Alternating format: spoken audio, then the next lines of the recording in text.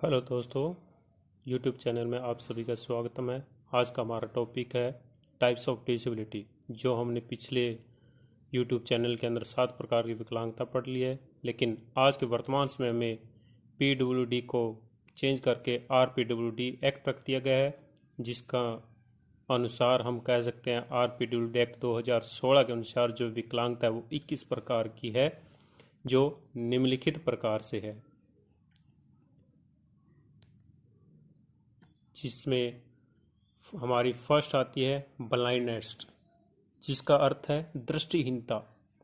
जिसके करेक्टरिस्टिक है कि जो ब्लाइंडनेस बच्चा होता है कि उसका करेक्टर जो है, लक्षण जो है, फर्स्ट है कि एक दृष्टिहीन व्यक्ति देखने में असमर्थ होता है। सेकंड, दृष्टिहीनता अधिकांश जन्मजात होती है, पर यह किसी दुर्घटनाग्रस्त भी हो सकती है। नंबर 3, एक अनुमान के अनुसार दुनिया भर में लगभग 39 मिलियन लोग दृष्टिहीन हैं।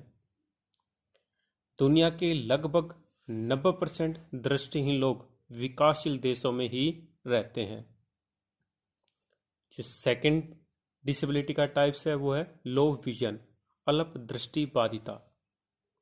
अल्प दृष्टि बाधिता, जिसका करेक्टर है, लक्षण है, फर्स्ट है कि अल्प दृष्टि बाधित यानी पूर्ण रूप से देखने में अक्षम, जिसमें आंखों में कुछ मात्रा में दृष्टि उपलब्ध होती है। नंबर सेकंड, अल्प दृष्टि बाधिता को मापने के अलग अलग तरीके होते हैं, जिसके आधार पर बची हुई दृष्टि को मापा जा सकता है। नंबर 3, एक अनुमान के अनुसार पर कहा जाता है कि दुनिया भर में लगभग 246 मिलियन लोग अल्प दृष्टि बाधित है। नंबर 3 पॉइंट आता हमारा लेप्रोसी कोड पर्सन, जिसका हिंदी मीनिंग है कुष्ठ रोग।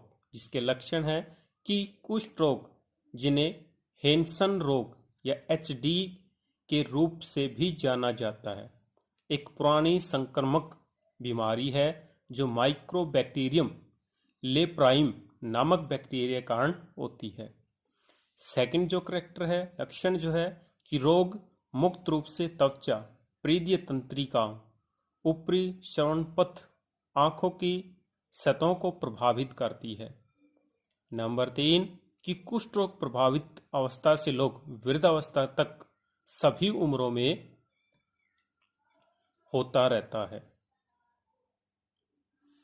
नंबर 4 जो डिसेबिलिटी का टाइप्स आता है वो है हियरिंग इम्पेयरमेंट, सुनने में आंशिक या कुल अक्षमता। जिसका लक्षण है कि श्रवण हानि एक आनुवांशिक या कुल सुनने में असमर्थ है।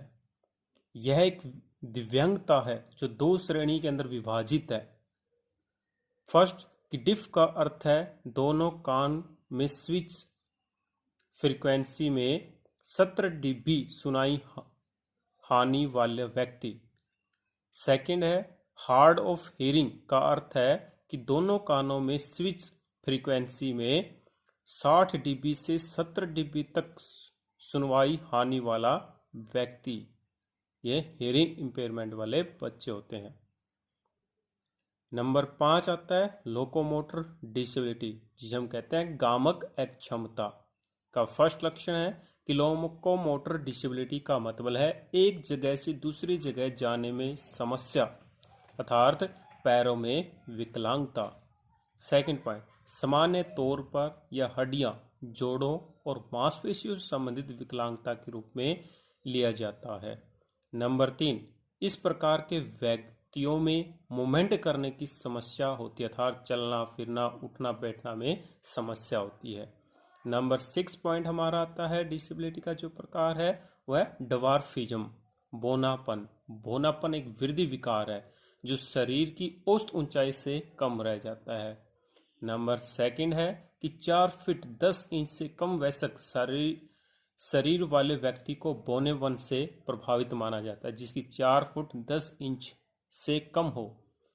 यह एक आनुवांशिक विकार का कारण है। बोनेपन के 200 से अधिक कारण हैं, जिनमें से कोई भी किसी का प्रकार के बोनेपन का कारण हो सकता है।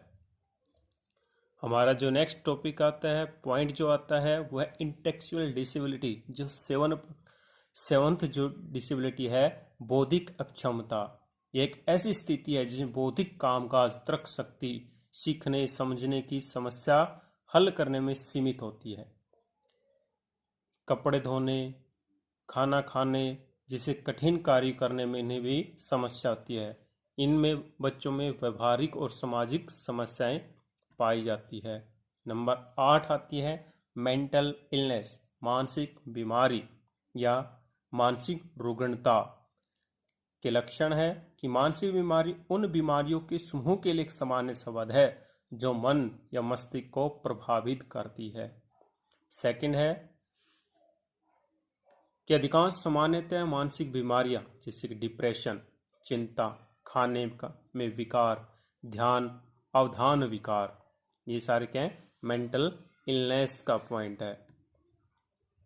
ये बीमारियां जिनमें द्विध्रुवी विकार, डिप्रेशन, शिजोफ्रेनिया, चिंता, व्यक्तित्व विकार शामिल है, एक व्यक्ति की सोचने, महसूस करने और कार्य करने के तरीकों को प्रभावित करते हैं।